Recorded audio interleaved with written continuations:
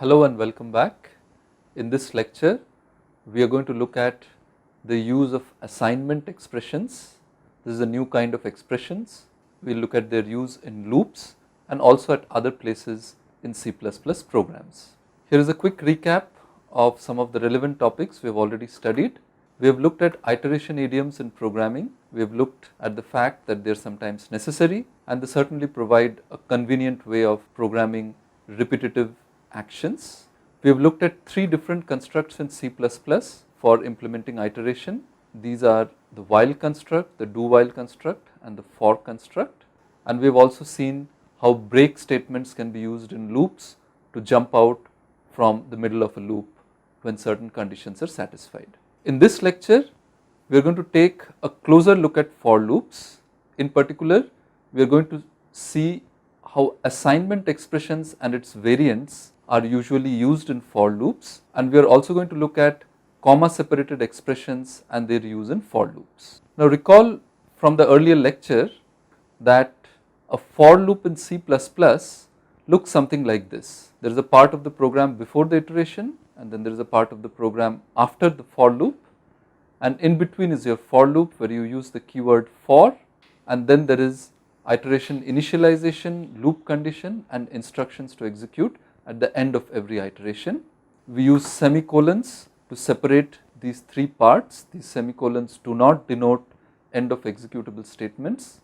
They are just separating the three parts in this for statement. Since they are just used for separating the three parts, we do not have a semicolon at the end of this last part, which are the instructions that are to be executed at the end of every iteration. And of course, this is the main body of the for loop where we can have a block of statements. Now, if you look at the C++ standard, it specifies that a for loop must look something like this. Instead of the initialization code, it says that you must have an initialization expression, and instead of instructions to execute at the end of every iteration, it says that you must have an update expression. So this looks a bit strange. We wanted to do some initialization over here. For that we needed some statements, but the standard says that we must have an expression here, and here also we wanted to execute some instructions at the end of every iteration, but the standard says that we must have an expression here. So does this appear nonsensical?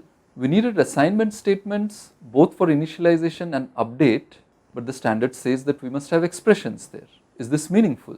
What if I wrote a plus b star c for an initialization expression or an update expression? What exactly would be initialized by the value of a plus b star c?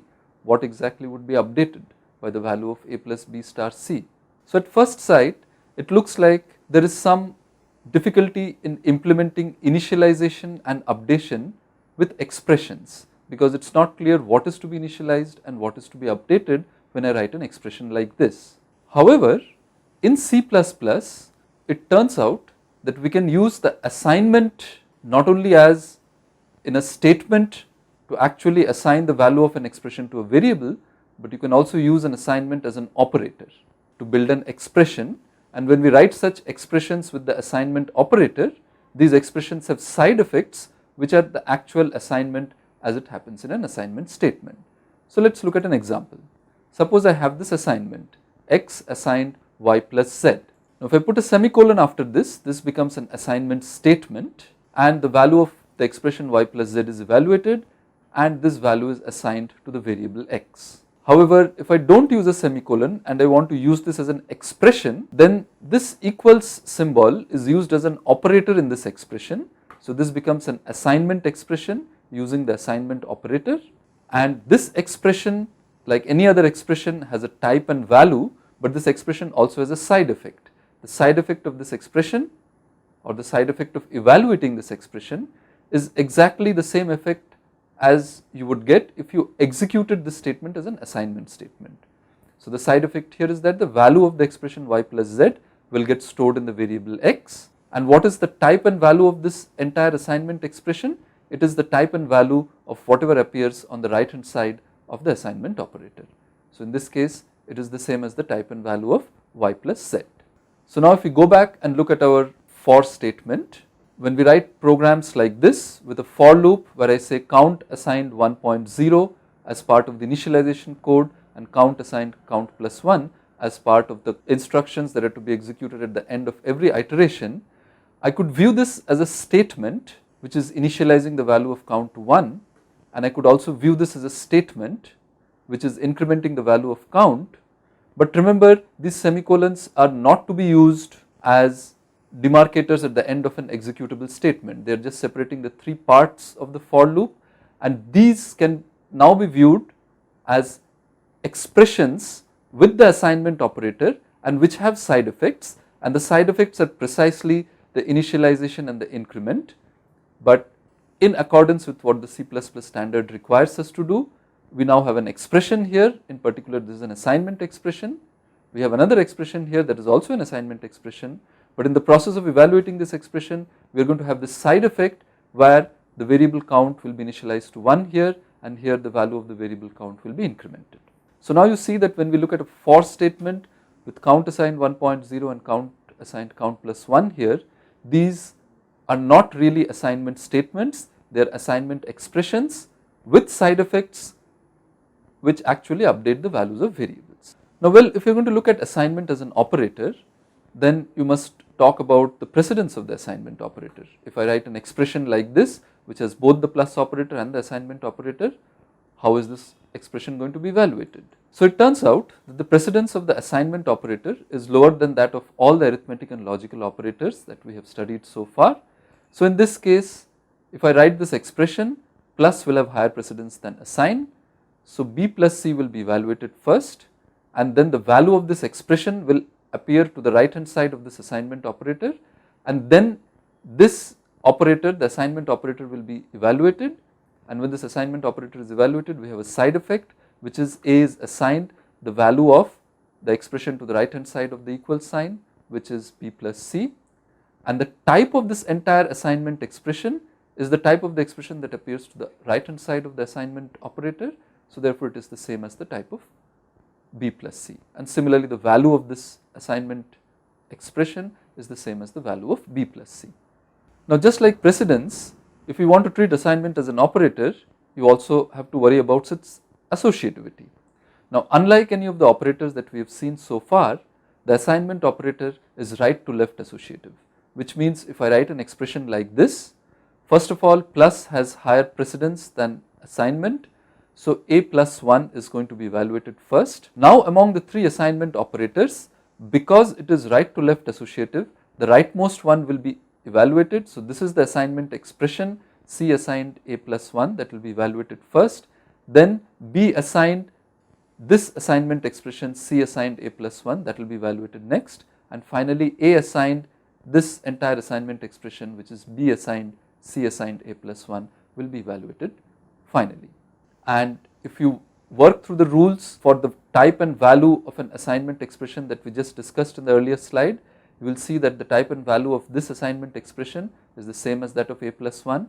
Therefore, the type and value of this assignment expression is also the same as that of A plus 1, and therefore the type and value of this assignment expression will also be the same as that of A plus 1. Now, just like we had the simple assignment operator, there are some special assignment operators that are used in C++. So for example, we have special increment operators, and in fact there are two flavors of it. Post increment, which is used like this: you take a variable x and then you put plus plus. So this plus plus denotes increment, and because it appears after the variable x, we call it post increment. Now, when you have an expression like this with the post increment operator, this is very similar to having an expression like x is assigned x plus 1. The only difference with this expression is that in this case the value of this expression x plus plus is the same as that of x before incrementing. So x plus plus is an expression which will have the type and value same as that of x before incrementing, but it will have a side effect which will increment the value of x. So for example, if I have an assignment like this, y is assigned x plus plus, then x plus plus here is being treated as an expression with the post increment operator. If the value of y before this statement is 10, and if the value of x before the statement is executed is 2, then this entire expression x plus plus will evaluate to the value of x before it's incremented, so it will evaluate to 2, whereas the value of x will get updated, incremented as a side effect of evaluating this expression, So after this instruction is executed, y will have the value 2, which is the value of this expression, and x will have the value 3 as a result of the side effect of evaluating this expression.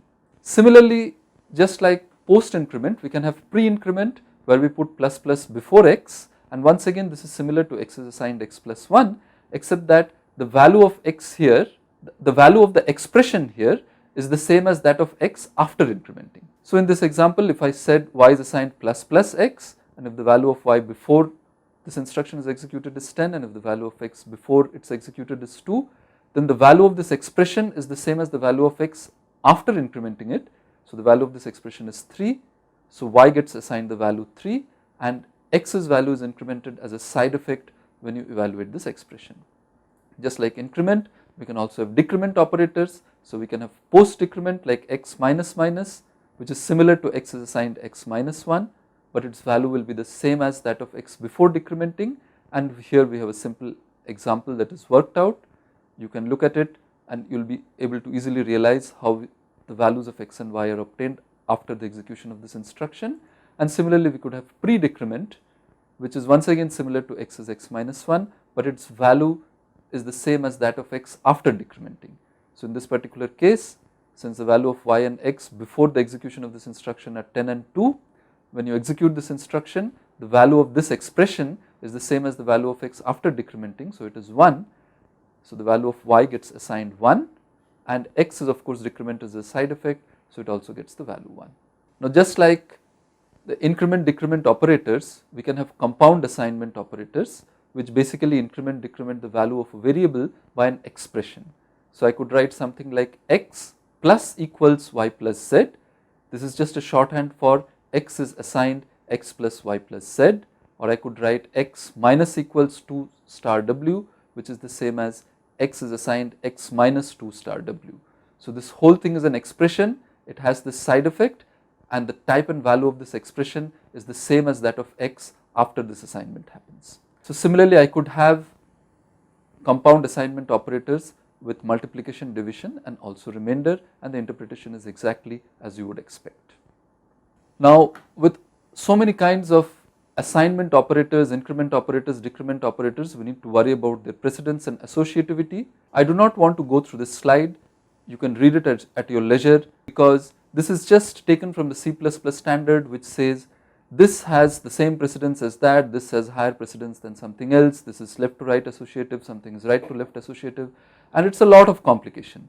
The moral of the story here is that try not to mix increment decrement operators with other operators if possible. The precedences and the associativities are quite complex. These operators are provided as convenient idioms for incrementing and decrementing, use them mostly for that purpose.